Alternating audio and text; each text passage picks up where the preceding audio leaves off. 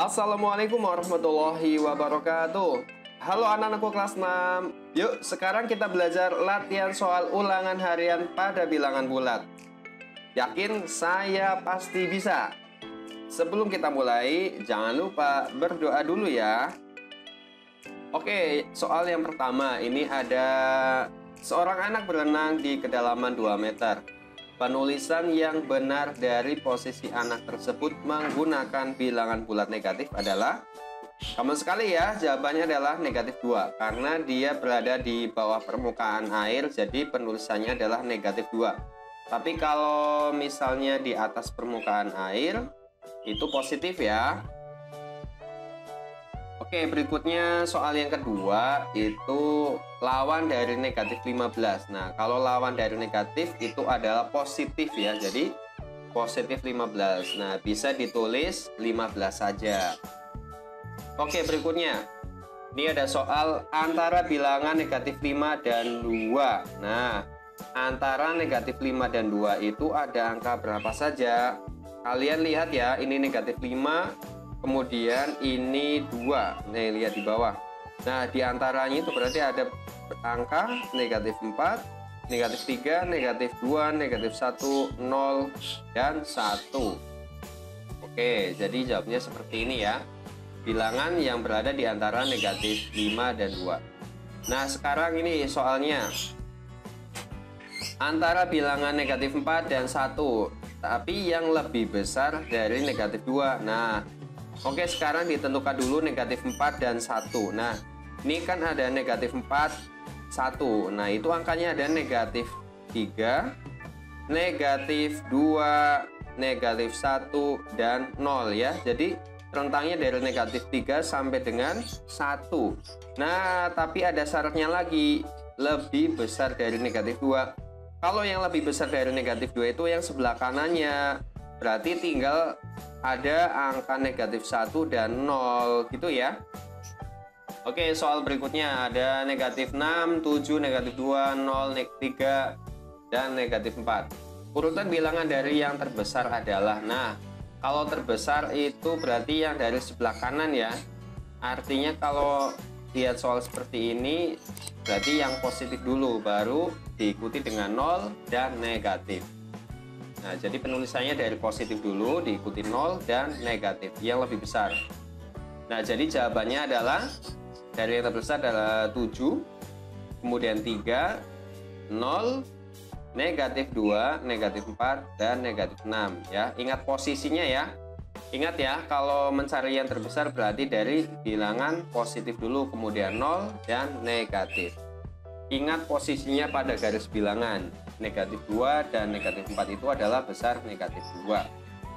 Soal berikutnya, 10, 0, negatif 1, negatif 19, negatif 4, 1, dan 5. Urutan bilangan dari yang terkecil adalah, nah, kalau soal seperti ini, dari yang terkecil berarti kamu tulis dari yang negatif dulu. Negatif, kemudian 0, dan positif ya. Oke. Dari yang terkecil itu berarti letaknya yang paling kiri ya.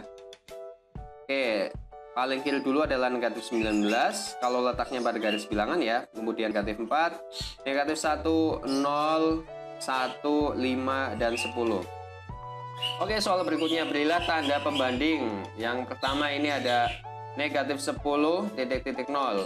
Nah, diingat ya, kalau yang di depan ini lebih kecil ya, berarti tandanya adalah lebih kecil ya. Posisinya ini negatif 10 itu kan di sebelah kirinya 0 ya, jadi negatif 10 ini dia lebih kecil dibanding 0, berarti tanda pembandingnya adalah kurang dari atau lebih kecil ya. Negatif 10 kurang dari 0 atau negatif 10 lebih kecil dari 0. Oke, soal yang kedua, negatif 5 dan negatif 11. Negatif 5 dan negatif 11. Nah, posisinya negatif 5 ini di sebelah kanan dari negatif 11. Artinya dia lebih besar ya. Kalau posisinya di sebelah kanan, maka dia tandanya lebih besar. Oke. Atau lebih dari negatif 5, lebih dari negatif 11. Atau dibaca juga negatif 5 lebih besar dari negatif 11. Ya, diingat-ingat ya. Kalau yang di depan posisinya di sebelah kiri, maka dia memakai tanda kurang dari. Kemudian kalau yang di depan ini posisinya sebelah kanan, maka kamu pakai tanda lebih dari. Itu ya, itu aja, simpel banget nih. Kemudian soal yang ketiga, negatif 7 titik-titik negatif 7. Nah, ini nilainya sama ya, berarti pakai tanda sama dengan. Negatif 7 sama dengan negatif 7. Negatif 10 dikurangi negatif 4. Nah, ini ada tanda negatif-negatif ya, diibaratkan negatif-negatif itu menjadi positif. Jadi, tandanya berubah yang ini. Negatif 10 ditambah 4 sama dengan negatif 6. Itu ya. Berikutnya lagi, negatif 3 tambah negatif 7 dikurangi negatif 5.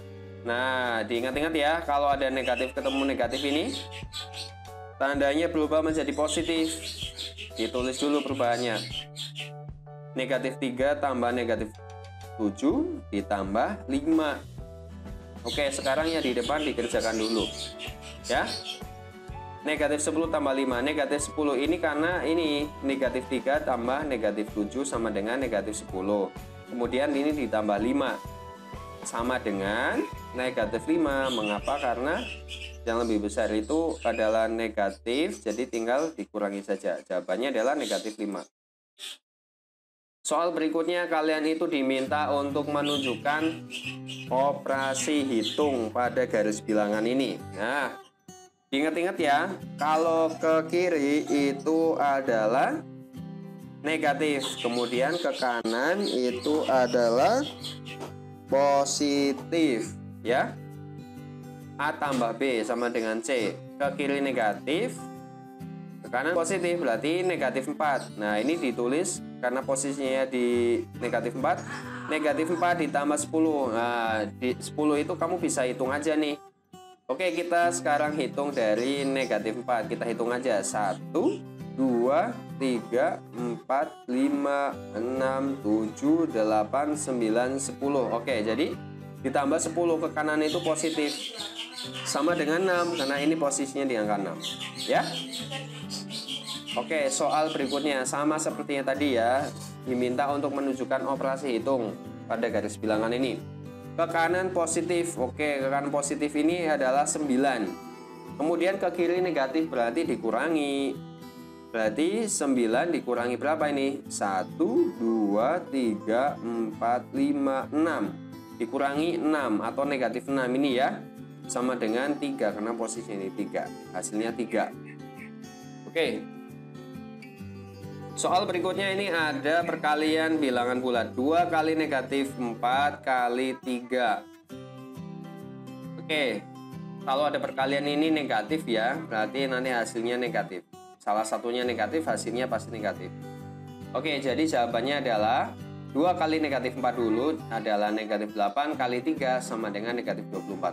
Kalau salah satu perkaliannya ada bilangan bulat negatif, maka hasilnya adalah negatif. Itu aja. Soal berikutnya, oke.